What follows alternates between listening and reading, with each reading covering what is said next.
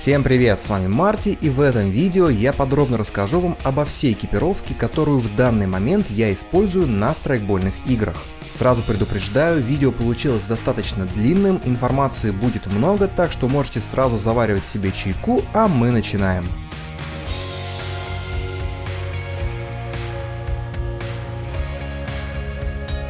Свой нынешний комплект экипировки я формировал методом проб и ошибок на протяжении долгого времени, и то, что на данный момент я считаю идеальным для себя, может оказаться абсолютно неприемлемым для кого-то другого. Обязательно учитывайте, что выбор конкретных вещей во многом зависит от условий на играх и от того, какой стиль игры вы выбираете. В любом случае уверен, что мой опыт и мое видение будет вам как минимум интересно и поможет собрать свой идеальный комплект. О каких-то вещах я расскажу впервые, ну а что-то я уже обозревал на своем канале. Ссылки на многие вещи из данного видео я оставлю в описании. Уверен, большинство из вас подписаны на мой канал, потому что вы любите смотреть динамичные страйкбольные геймплеи, а чтобы их снимать, мне приходится много бегать, при этом поверхность под ногами отнюдь не всегда ровная. Соответственно, без хорошей обуви, которая защищает и поддерживает ногу, мне не обойтись. Именно поэтому я давно отказался от классических армейских ботинок или же берцев в пользу более дорогой трекинговой обуви. Уже несколько лет я ношу либо оригинальные ботинки от фирмы Lova с Gore-Tex, которые не пропускают воду, либо отечественные реплики супер популярных ботинок Lova Zephyr. Последние я стараюсь носить исключительно в сухую погоду, потому что в отличие от оригинальных Lova Zephyr, отечественные реплики мембраны не имеют, поэтому промокают мгновенно, но при этом и стоят в 2 раза дешевле оригинала. Однако недавно я намутил себе просто офигительные боты Lova Z6N. И это не совсем трекинговые, а скорее тактические ботинки, разработанные специально для военных и сотрудников силовых структур. Ногу защищают и поддерживают просто великолепно, не промокают, ну и стоят как неплохой привод. Наверное, чуть позже запилю на них отдельный обзор. Мой нынешний камуфляж Atax FG. Это относится как к одежде, так и к снаряжению. Я выбрал именно эту расцветку, потому что она не так сильно распространена по сравнению с тем же мультикамом, в котором гоняет добрая половина страйкболистов, да и в нашей местности Atax FG большую часть года неплохо маскирует. Брюки использую исключительно со встроенными наколенниками, потому что часто работаю стоя на коленях, да и случайные падения никто не отменял. Последние 2 года я носил брюки Raptor от Gena Tactics, и они меня вполне устраивали. В первую очередь мне идеально подходили их мягкие наколенники, которые в отличие от пластиковых чашек совершенно не сковывали движение. Но за 2 года эксплуатации и десятка стирок внешний вид у них стал так себе. Поэтому моя недавняя обновочка — это обновленные брюки Grom от компании Bars, у которых теперь наконец-то нормальная низкая талия, и что мне особо нравится, очень гибкие наколенники, которые не мешают. Чтобы брюки не спадали, их поддерживает, наверное, самый удобный в мире ремень Flex от компании Тактические решения. Для тех, кто не в курсе, это тот же производитель, что делает известные многим оружейные ремни системы Dolg. Поскольку живу я в Краснодаре, а у нас тут жарковато, большую часть года играю в комбат-ширте, или по-нашему боевой рубахе. В данный момент ношу боевую рубаху Grom от фирмы Bars. Отбегал в ней весь летний сезон и очень доволен. Весной на моем канале выходил подробный обзор этой рубахи, кому интересно, посмотрите. Если же погода прохладная, как например сейчас, то надеваю китель от комплекта Grom той же компании Bars. Под кителем футболка Гюрза того же производителя. Кстати, футболка реально классная, почти полностью сделана из хлопка, но при этом отлично тянется и проветривается. Зимой у нас обычно не так холодно, как в средней полосе, поэтому надеваю недорогую китайскую софтшелл куртку и флисовое термобелье. Поскольку в основном я играю на техногенных полигонах, в качестве головного убора использую реплику шлема Obscore от неизвестного производителя. На него удобно крепить экшн-камеру, да и голову он неплохо защищает, как от случайных ударов, так и от попаданий с малой дистанции, что на играх частенько бывает. В холодное время года под шлем надеваю балаклаву. Защитные очки в последнее время ношу фирмы Bolly, модель Cilium 2. У них есть антифог покрытие, поэтому потеют они слабо. При игре в зданиях надеваю защитную маску с стальной сеткой и мягкими краями. Если сравнивать с обычной сетчатой полумаской, то мой вариант приятнее лежит на лице и в ней удобнее прикладываться к оружию для прицеливания. Но есть и минусы. Она хуже проветривается и от нее сильнее потеет лицо, что порой приводит к запотеванию очков. Маску прикрепляю непосредственно к шлему с помощью эластичного жгута и стандартных креплений. Перчатки использую исключительно полнопалые, от беспалых давно отказался. В жаркую погоду это Mechanics Ventilate, в холодную погоду надеваю более толстые Mechanics Original, но их можно спокойно носить и летом.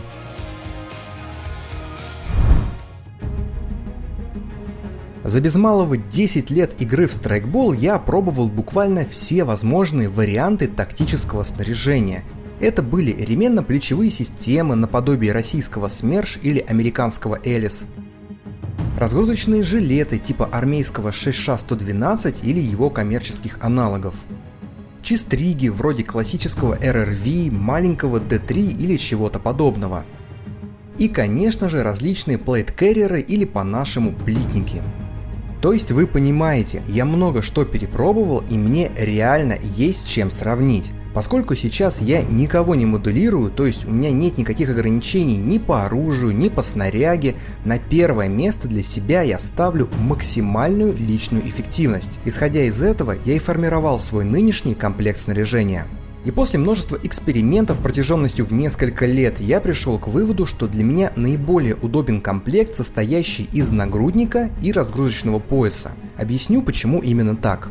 Мне удобно, когда нагрузка более или менее равномерно распределена между плечами и бедрами. При этом магазины к основному оружию я предпочитаю носить на груди, а на поясе располагаю в основном второстепенные вещи.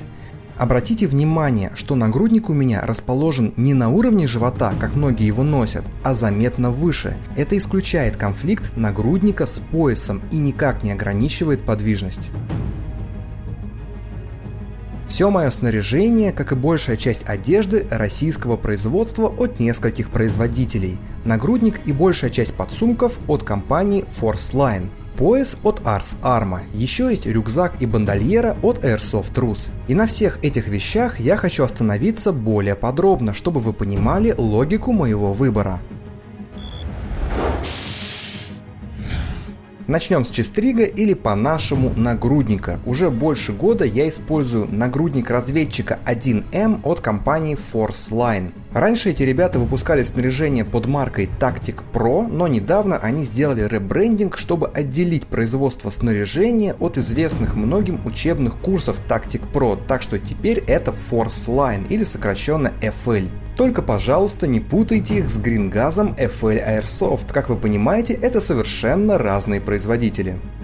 Что касается нагрудника М1, скажу без преувеличения, на моей памяти это самый продуманный нагрудник подобного типа. У него куча функциональных внутренних карманов, которыми лично я не пользуюсь, но тем не менее они есть и кому-то могут быть полезны. Помимо этого, хорошо проработаны лямки с кучей удобных креплений для антенн, проводов, шлангов и так далее.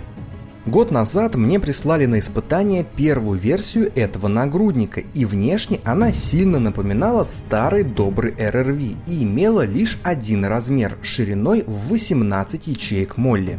Задумка конструкторов состояла в том, что боец разместит на нагруднике все необходимые ему подсумки, без использования разгрузочного пояса. Именно поэтому нагрудник получился довольно большой. С одной стороны, это удобно, но в таком случае вся нагрузка носимого снаряжения ложится на плечи, что, на мой взгляд, не очень хорошо, особенно при долгом хождении. Именно поэтому я и решил добавить пояс и разместить часть подсумков на нем, о чем уже говорил ранее. Соответственно, ширина нагрудника в 18 ячеек молли оказалась для меня явно избыточной, и по 3 ячейки с каждой стороны мне пришлось оставить пустыми. Но недавно производитель обновил свой нагрудник и, в том числе по моей рекомендации, начал производить его сразу в 4 размерах, шириной от 18 до 12 ячеек молли. И в качестве обновки мне прислали нагрудник 4-го, самого маленького размера. В новой версии доработали несколько мелочей, но в целом функционал остался прежним. Теперь на моем нагруднике нет лишних ячеек молли и подсумки занимают всю рабочую поверхность. Небольшое примечание. Поскольку у новой версии нагрудника немного срезаны углы, часть ячеек молли стала нерабочей. Так что рекомендую заказывать нагрудник на 1 размер больше, чем вам нужно, чтобы не возникало сложностей при установке крайних подсумков.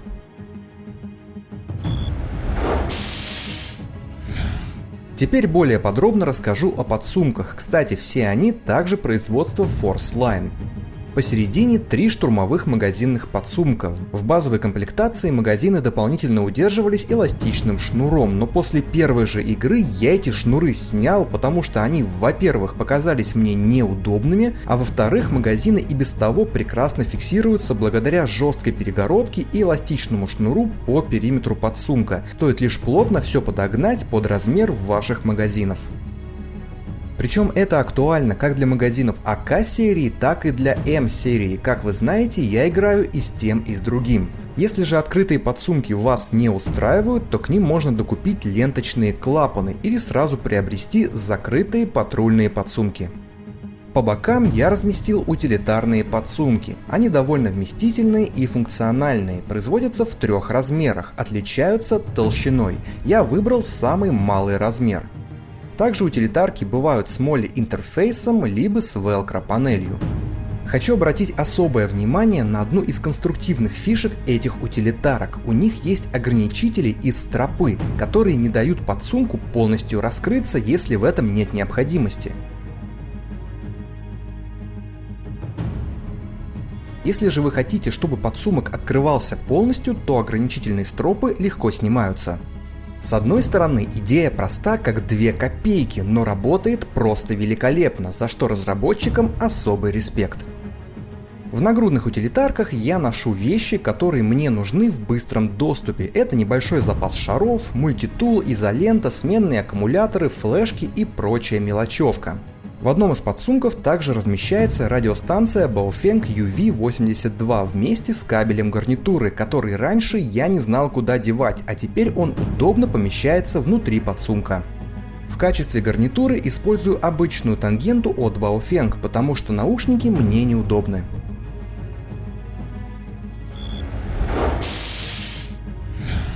С нагрудником закончили, переходим к поясу. Я использую разгрузочный пояс Atlas от компании Ars Arma, и он реально удобный. Внутри жесткий каркас, который придает поясу анатомическую форму. Благодаря этому он хорошо держится на бедрах, не спадает и не перекручивается, как бы активно вы ни двигались. Я отбегал с ним уже несколько игр, вещь реально стоящая. Большая часть подсумков той же фирмы, что и мой чистрик, и, как видите, в основном на поясе я ношу гранаты и гранатометные выстрелы. Кто смотрел мои геймплеи, тот в курсе, что я много использую страйкбольную пиротехнику, поэтому стараюсь брать ее побольше и носить в быстром доступе. Я выбрал подсумки с клапанами на велкро, хоть были и менее шумные варианты у того же производителя. Для меня в первую очередь важна скорость и удобство не только открытия, но и закрытия клапана, поэтому всякие бесшумные застежки для меня неудобны. К тому же у этих подсумков есть резинка-утяжка, что позволяет использовать их с постоянно открытым клапаном. Получается некое подобие быстрых гранатных подсумков, при этом гранаты держатся вполне надежно и легко извлекаются. Обращаю ваше внимание, что эти подсумки производятся не только с разными застежками, но также с креплением на 1 либо 2 ячейки молли. Лично мне по душе второй вариант. Спереди по бокам расположены два подсумка под пистолетные магазины, в которых я обычно ношу лоудеры, и они оба всегда заполнены шарами. Это очень удобно, если нужно экстренно дозарядить пустые магазины. При этом нет необходимости доставать пакет с шарами.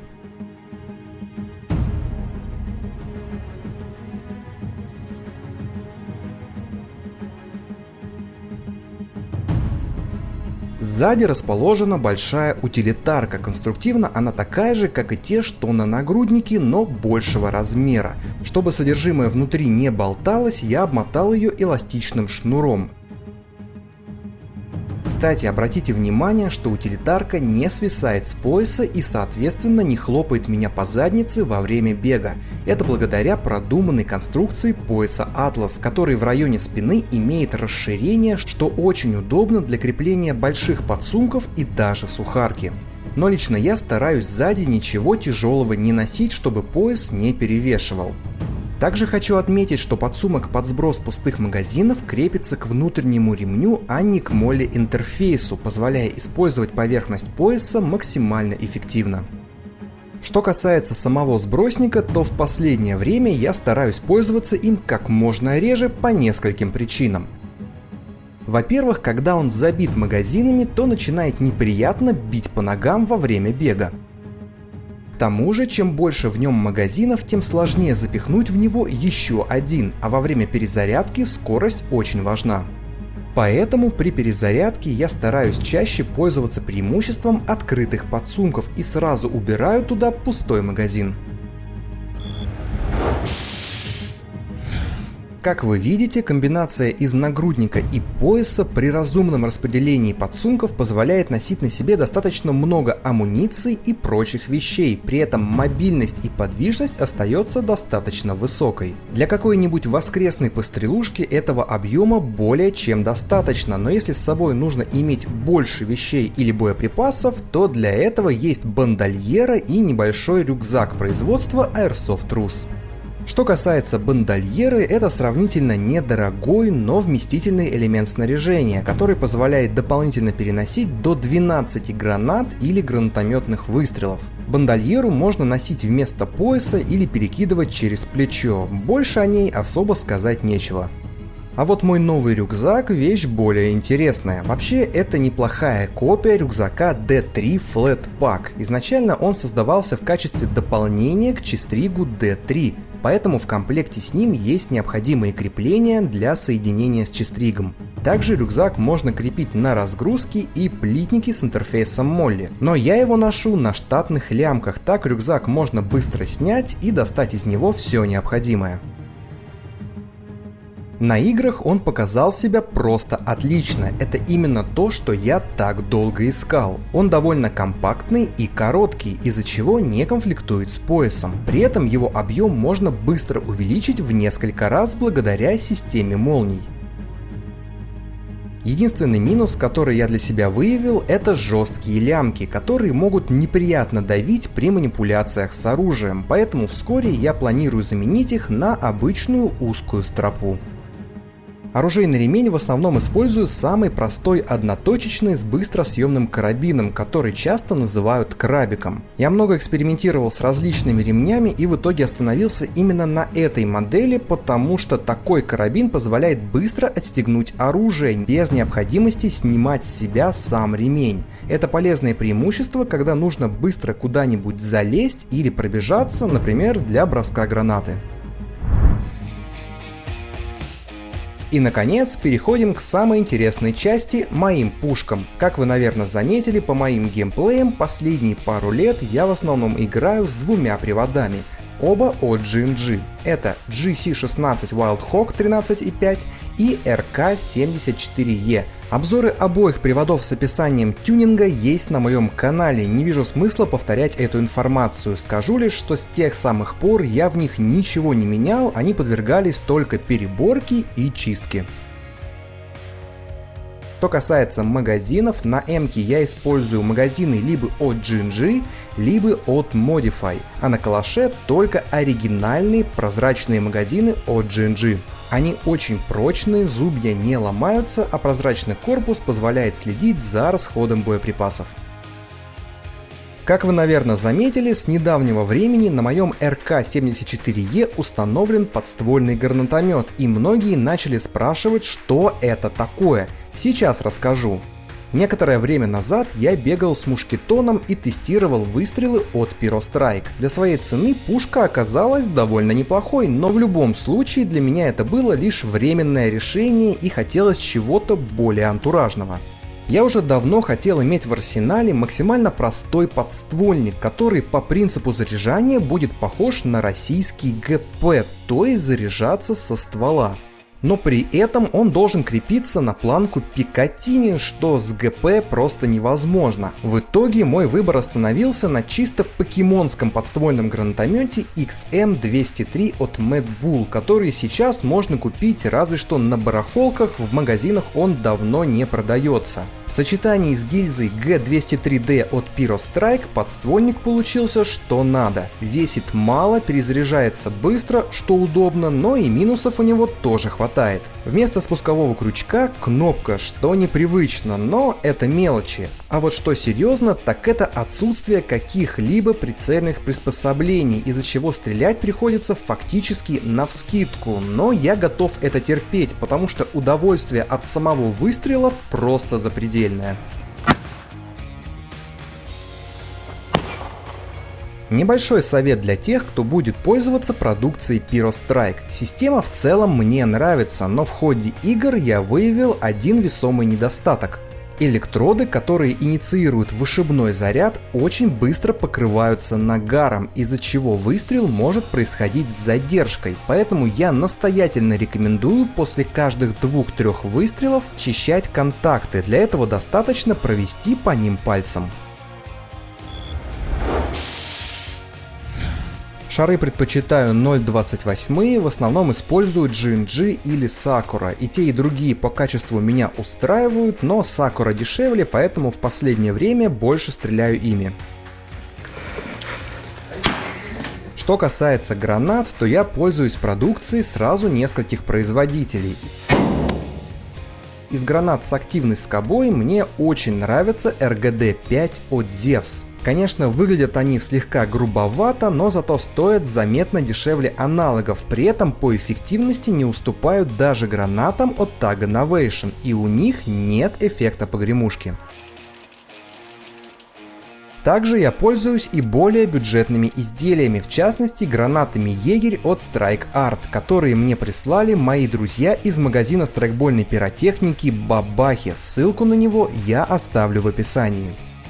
Как видите, эти гранаты небольшие, а значит с собой их можно взять больше. К тому же они довольно легкие, так что в густом лесу советую пользоваться ими осторожно, а то получится как у меня на последней игре.